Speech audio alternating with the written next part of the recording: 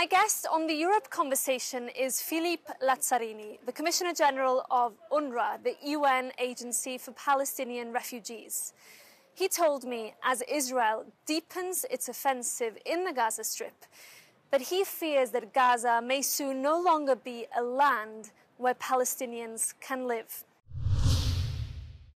Philippe Lazzarini, thank you for joining us on the Europe conversation. Now, I'd like to start with the situation in Gaza. We know that Israel has been blocking the entry of all humanitarian aid since the 2nd of March. That's 11 consecutive weeks now. Now, I know you're personally banned from entering Gaza, but you have colleagues there on the ground. From what they tell you, how would you describe the situation for people in Gaza as we speak? That's correct. We have 12,000 employees still in Gaza. What they describe is beyond imagination. In fact, as you said, there have been now a total siege imposed on Gaza since 11 weeks, which means nothing entered, which means that there is no food available anymore. Hunger is deepening. We heard last week from the nutrition expert that 500,000 people are living in catastrophic situation, and the rest of the population also might face famine if this siege continues, which means the daily life of the people in Gaza is to struggle to survive, to make sure that they are not killed by bombing, by disease, or now by hunger.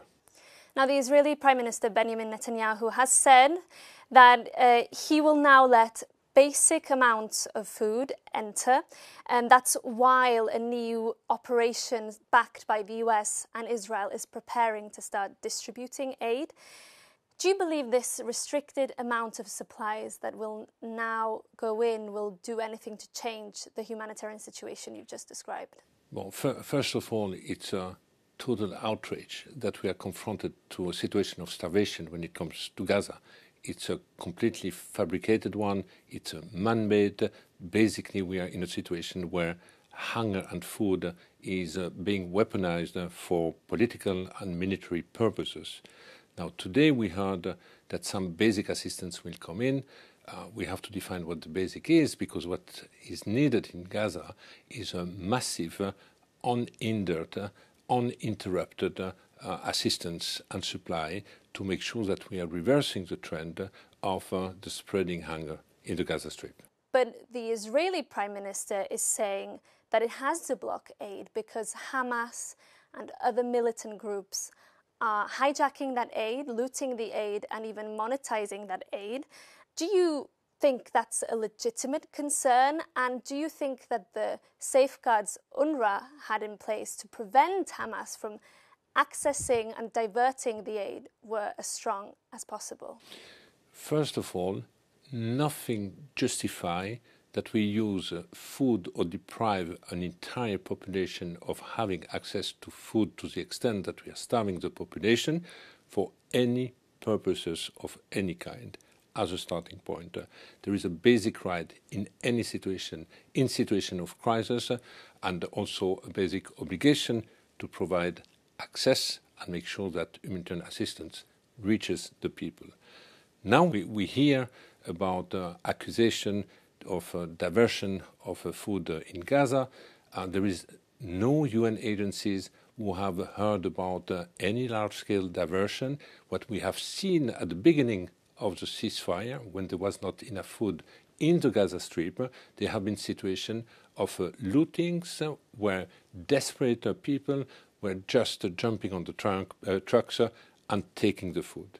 But we have never ever been notified of any diversion. Now, Israel, with the backing of the US, has established a new plan which would use a charity called the Gaza Humanitarian Foundation, as well as private firms, in order to deliver aid to the people. But you said that you cannot support this plan. Why is that? Well, the UN cannot support this plan because it's falls far from meeting any basic humanitarian principle, including humanity and impartiality.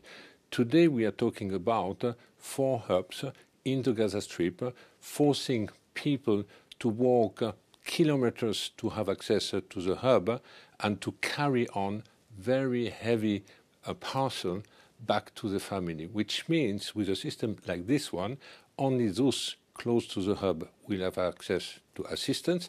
And secondly, the weakest, the most vulnerable, or the female household will have absolutely no possibility to go there.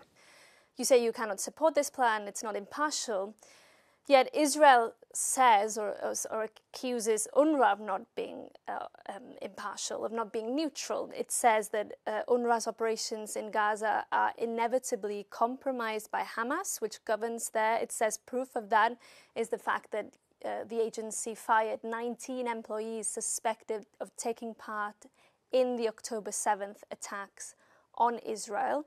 Can you accept that all of this makes it very difficult for Israel to trust UNRWA?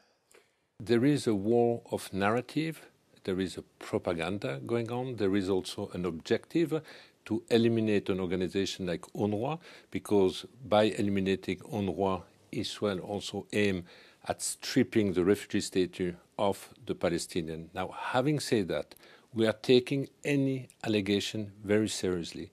The famous 19 names you are mentioning right now, there have been investigations have been non-conclusive, but we have taken action. Later on, there have been allegations of hundreds of names. Constantly the agency is asking for substantiated information we never receive.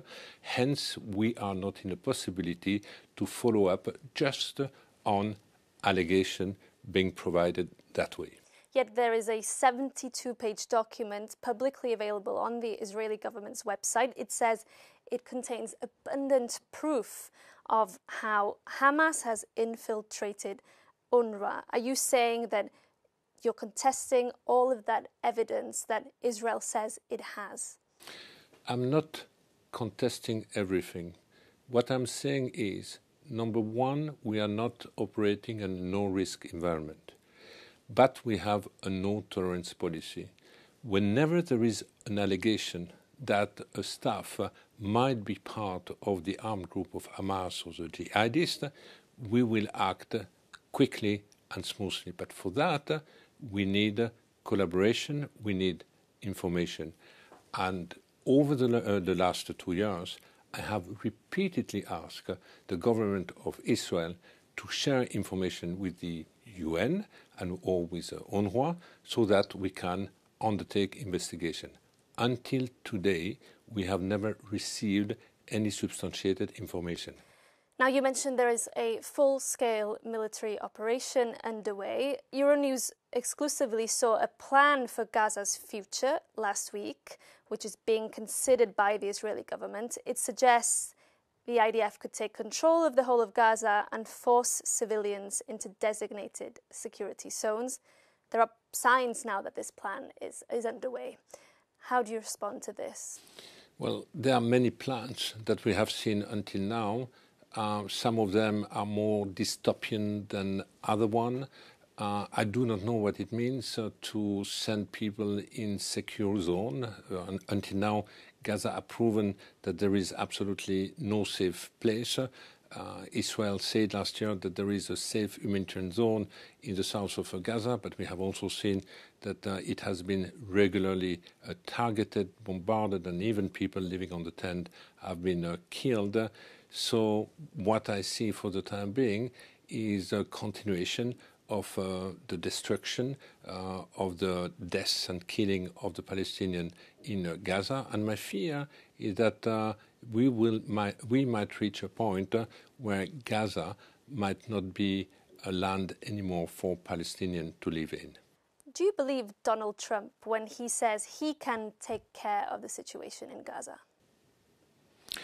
I do believe that President Donald Trump has the necessary influence to change the situation in Gaza and to make sure that the siege be lifted and that the population get access to the assistance it deserves. You've previously said that UNRWA is living its darkest hour. Today, is UNRWA still able to deliver for Palestinian refugees given all of these difficulties? Despite the fact that the agency is experiencing its darkest hours. Our staff, despite the fact that it is exhausted, it is anxious, and they're also struggling to stay alive, they are able to provide services to the community, even today in Gaza. But under the current financing system, how long can UNRWA continue to operate as things stand right now? That's a very good question. I'm hoping that we will be able to stay afloat, to continue to provide our services to the communities. The shortfall today is more than $200 million to keep our education and primary health services across the region. It's a race against the clock, and I really hope I will not be pushed in a situation where I have to announce the suspension of our services. But that is something you've had to contemplate? This is something I unfortunately have to contemplate on a regular basis. What would be your message to those Western governments, as we are seeing right now, that are currently cutting back on humanitarian aid funding? Well, the main message is do not compromise our ability to respond to crisis. I know that many countries are going through austerity budget, but cutting in international cooperation or humanitarian assistance is certainly not the area where countries should cut. I mean, for example, if we do not address the crisis, people will want to leave and most likely come here, and then the cost will be much more expensive. Mr. Lazzarini, thank you for your time. Thank you.